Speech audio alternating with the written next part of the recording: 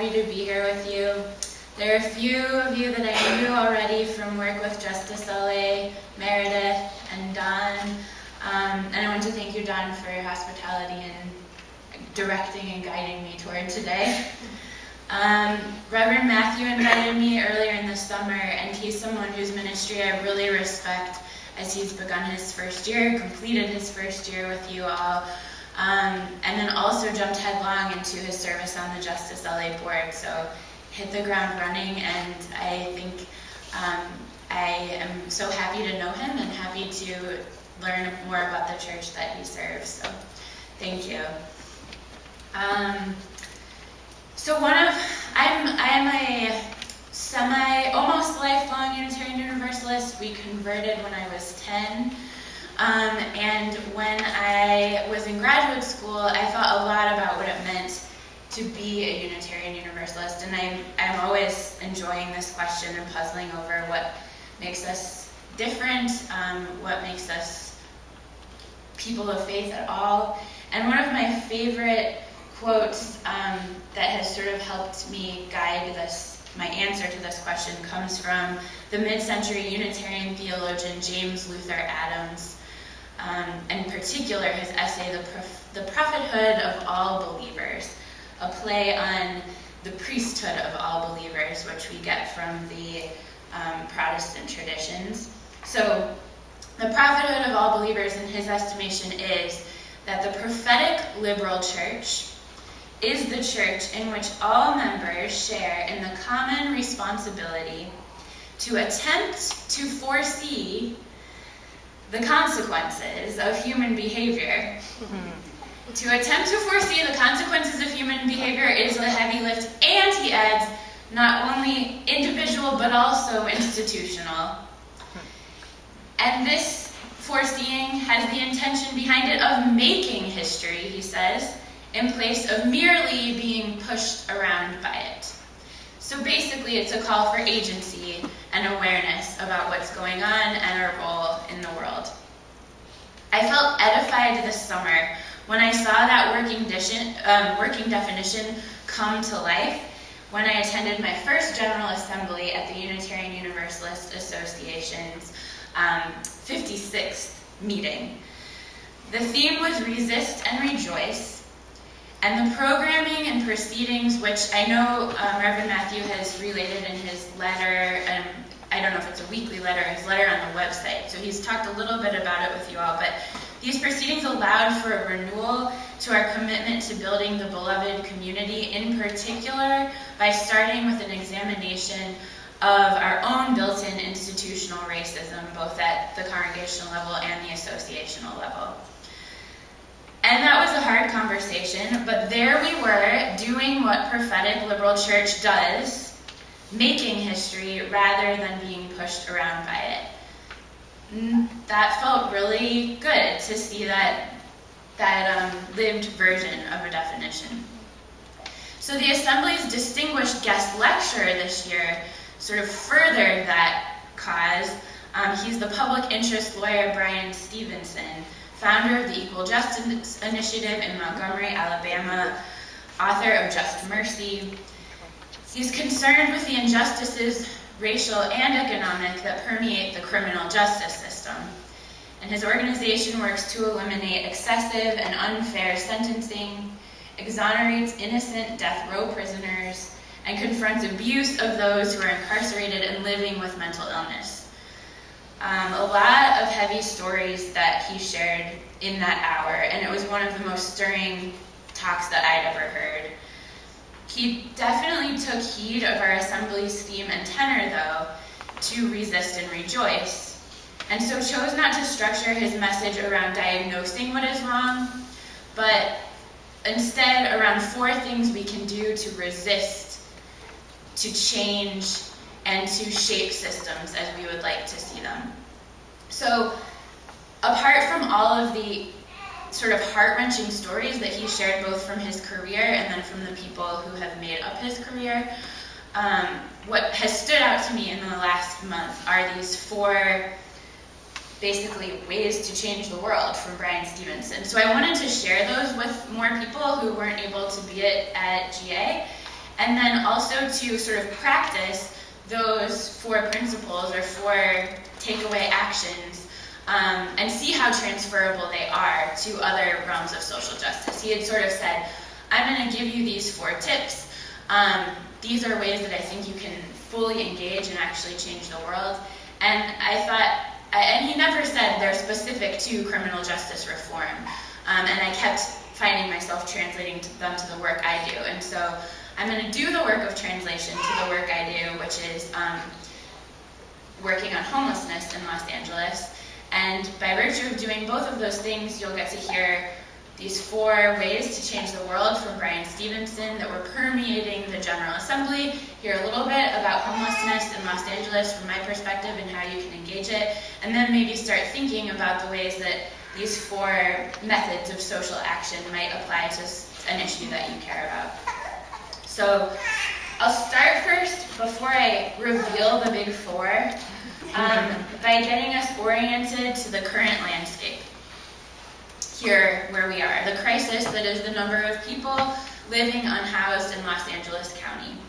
You likely already have some experiential evidence of the issue at hand from driving around, seeing different parts of the city.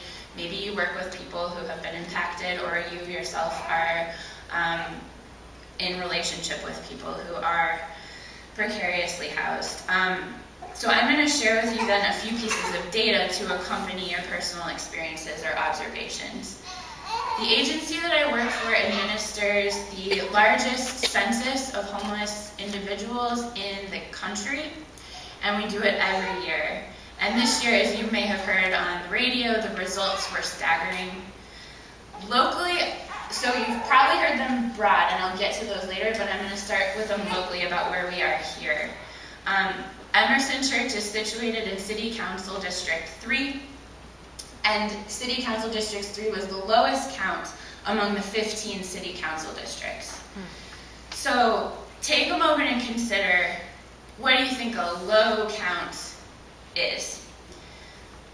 How many people are experiencing homelessness in the areas of Canoga Park, Woodland Hills, Reseda, Winnetka, Tarzana, City Council District 3? Sort of thinking through what you might imagine is a small number. I tried to do some mental math to arrive at this myself if I was doing this exercise. And I thought maybe that number is the number of people I might individually be able to help. Could I help someone, pool with someone else to assist in someone's annual rent? Maybe 20 other people then I know could also do that. That multiplies the number of folks that we could support. Maybe churches could pitch in and provide temporary shelter. So I was coming up with a number like what seems like a small number of people I could support, and it wasn't that big, maybe under 100. So with as many resources or as much creative math as we might apply, the number of people experiencing homelessness in the City Council District 3 is probably still higher than any one of us could imagine addressing with this exercise with the resources and connections that we have alone. CD3 is home to 746 homeless individuals, 687 of whom are unsheltered. As I said, this is the district with the fewest number of homeless people. Other council districts dwarf that amount by a factor of 10. To further situate the crisis, the 2017 homeless count I referenced found that over 55,000 people countywide were experiencing homelessness on any given night in Los Angeles. That is a 23% increase since last year's count, and that's probably, if you've heard reporting, that's probably the statistic you've heard, is that the jump between 2016's count and 2017's count. That is daunting, but I argue that we will not be daunted. I said we because I believe that we Unitarian Universalists have a part to play in reducing that number. So here's where Stevenson's social action framework comes in. So the first nugget that I've been walking away with all month that you can keep in your heads and tuck away for any kind of social action work you want to do. He called us as UUs to make a difference in social action work by first getting proximate. Get proximate, he said, to the poor and the excluded. As the data I shared suggest, we are all quite near to a person experiencing homelessness. These 55,000 people live throughout LA, from the Valley to the South Bay and back up again to the Antelope Valley. I'd venture to guess that each of us encounters at least one person who likely will sleep unhoused that night in a given day. But even though they are in fact our neighbors, it's really easy to feel overwhelmed or disconnected from the ways we might engage with the issue. I felt especially distanced when I first started at the Los Angeles Homeless Services Authority, because I'd ride the Expo line to work, going east into downtown, get to the subterranean station, emerge at 7th and Flower, and almost always be greeted by someone with a sign saying, "Help the homeless today." And it was really tough, because I knew that if I did that every day, I personally wouldn't have resources to continue on. So I had to sort of reconcile this request with this sort of systemic justice argument that I could make for myself. Well, I'm going to help people experiencing homelessness in a few minutes when I get to work, but it still didn't sit well. And I think I talked with my other colleagues who were feeling that same disconnect, where we knew we were administering programs and we knew that ultimately we were doing work that would help address this person's issue, but that human need in the moment certainly wasn't addressed. And that sort of challenged myself to pay attention to that tension and really think through what it was that was pulling. And so I challenged myself to not only think more about that, but also to pay attention to the person in front of me at any moment, and recognize that though it feels bad to me that I can't help them, it probably feels worse to them that I'm not engaging or even just recognizing their request. So I've worked really hard to make sure that I notice that I've heard them, that I say, "Good morning, not today," or just ask, what are you asking for? Sometimes there's an assumption that we know what someone needs, and so even just trying to say, "I see you," was something that has helped me personally move through the space a little better, thinking I recognized that you were here in front of me and that I wasn't able to honor your request, but I acknowledge that you were a person with a need in front of me, and that feels a little more consonant with, say, our first principle of the inherent worth and dignity of every person. It's a small way to get proximate, but it's also one of the most fundamental, and in a space where there's 55,000 people experiencing this sort of gut-wrenching experience of not knowing where they're going to sleep, we're certainly going to continue encountering people and can't personally directly serve them. And so I think just thinking about how, when you meet them, how you encounter them actually can shape the way that we begin to understand what they're going through. So practicing our ability to respond to someone else, I think, is an ultimately humanizing act for both parties involved. Stevenson had said, too, that you don't need the solutions to get proximate. You don't need to know what the answer is when you first engage with someone. You just need to be open, and it's then that the solutions come. So I think that recognition of the humanity of each of those 55,000 people will keep us open to solutions, because in doing that we see the complexity of each of those stories, which demands us to stay open to the fact that there's probably a whole lot of different interventions and solutions for each person to get them on their path toward being housed. So there's as many ways into homelessness as there are ways out, and just recognizing that the story is complicated for each individual is something that happens when you start to get proximate. The second thing Stevenson called us to use to do was to change the narratives. specifically, change the narratives that sustain inequality and injustice. What narratives exist around homelessness? I'm sure you can sort of come up with a lot of them, especially when you think about the narrative of why people are homeless. I'll let you think real quick, but they're kind of ugly. Maybe those people are scary, threatening, and unstable, and you need to cross the block when you see them. That they are lazy and have chosen to be homeless. That their habits or choices led them to this place. These are narratives of individual responsibility, which I imagine that most Unitarians don't favor in the first place, but they are alive and well among the general population. Just last month, an opinion piece by a minister in Tahungo was published in the Burbank Leader that perpetuated several of these myths. One particularly egregious one is that many already homeless people migrate here to a place where winters are mild and one can actually live by charity and expect very little legal follow-through.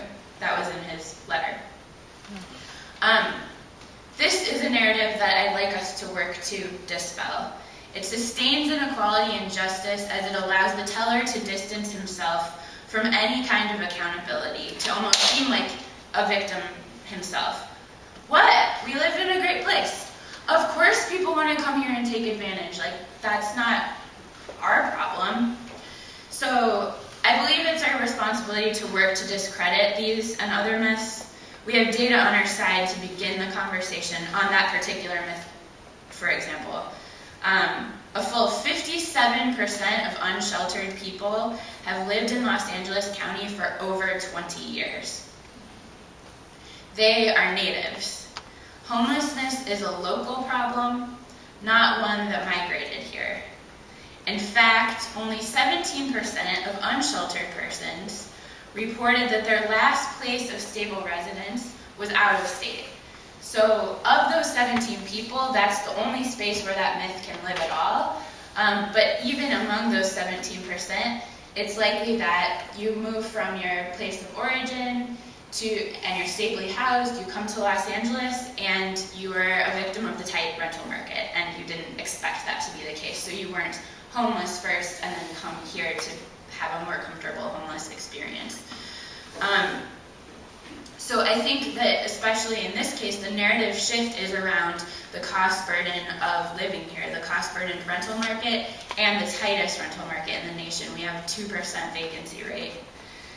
So I think it's our work then. This is probably a lot of things you already know, but with Brian's lens activated, it's then our job to work to change, to make sure that we know it, and then we keep changing the narrative interrupting it whenever we hear it. So when you hear that the homelessness was the result of poor people who made bad choices, what if instead we talked about the responsibility that we have to provide affordable housing and a sufficient safety net to keep people housed in the first place? If we keep hammering those messages home, we'll shift the narrative, and through that, that's the only way to change policy. Brian says that trying to change policy without changing the underlying narrative never sticks. So it's a long road to hoe, but I think that when you think about the disconnect between what you believe about ending homelessness and what other people believe about ending homelessness, when you notice the disconnect, that's the time to name it and speak up. The third thing Stevenson called us as you used to do was to keep the hope. Injustice prevails, he said, whenever hopelessness exists. This is what we as a people of faith are called to do. Where I find my hope right now is in reflecting on the ways that the community is coming together. What voters did in LA City and LA County over the past year was unprecedented. We voted to tax ourselves in order to generate an estimated $355 million annually for services, and we authorized over $1 billion in bonds to pay for the construction of 10,000 permanent supportive housing units in the city. Not only is the fact that a majority of voters saw the need to augment the support system encouraging, but so too is the fact that these measures and their rollout suggest that ambitious, coordinated planning efforts are happening. The city is talking to the county, who's talking to all these resource holders, and so that's an exciting moment in our political landscape and will to push forward, especially in the context of the kinds of national cuts that we're seeing. So I think this is the space of hope, that we're getting better at working together. Across the board, service providers in Los Angeles are placing people into housing at faster rates than ever before.